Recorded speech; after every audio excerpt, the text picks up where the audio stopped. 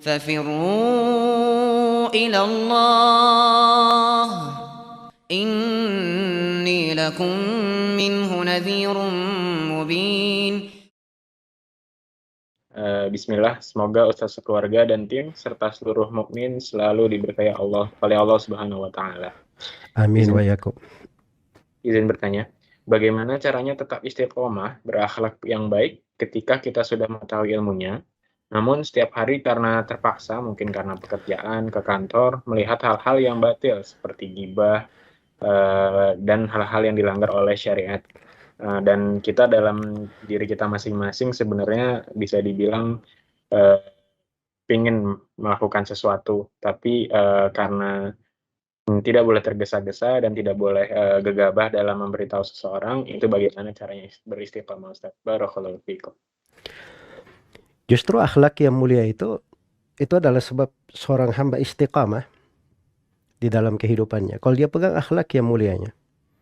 Iya. Jadi ada akhlak ketika terjadi kemungkaran.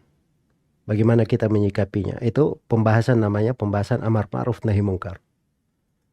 Ada hal yang ketika kita terdolimi atau kita mendapat hal yang tidak baik dari perbuatan orang lain, itu ada pintu akhlak juga di situ. Jadi kita sisa mendudukkan saja di amar ma'ruf nahi mungkar bagaimana akhlaknya, itu pintu ketaatan kita. Kita mendapat hal yang kurang bagus dari orang, bagaimana pintu akhlak yang mulia di situ. Nah, sisa kita pelajari, kemudian kita terapkan. Dan itu akan selalu menjadi lahan ketaatan untuk kita semua. Ya, jadi akhlak yang mulia itu pembawaan bersama kita. Jangan berubah dengan kondisi dan keadaan manusia. Ya, Nabi Yusuf alaihi salam itu, subhanallah ya, ini saya beri 2 renungan dari Al-Quran.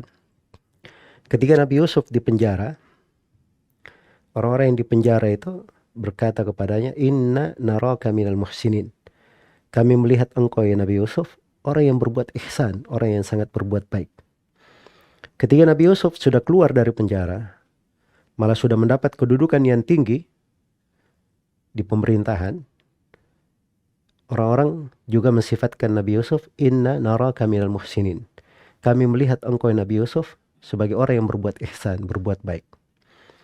Kondisi, cuaca, keadaan di penjara sebagai seorang pembesar itu tidak merubah akhlak Nabi Yusuf.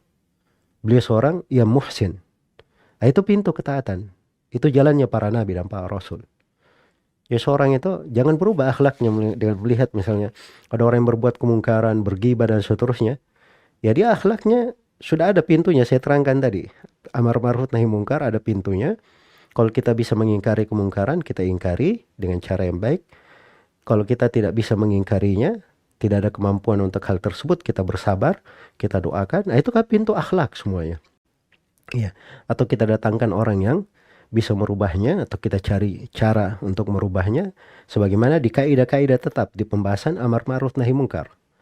Nah, kita mendapati orang yang berlaku jelek pada kita, itu jangan merubah dari akhlak dan pembawaan kita.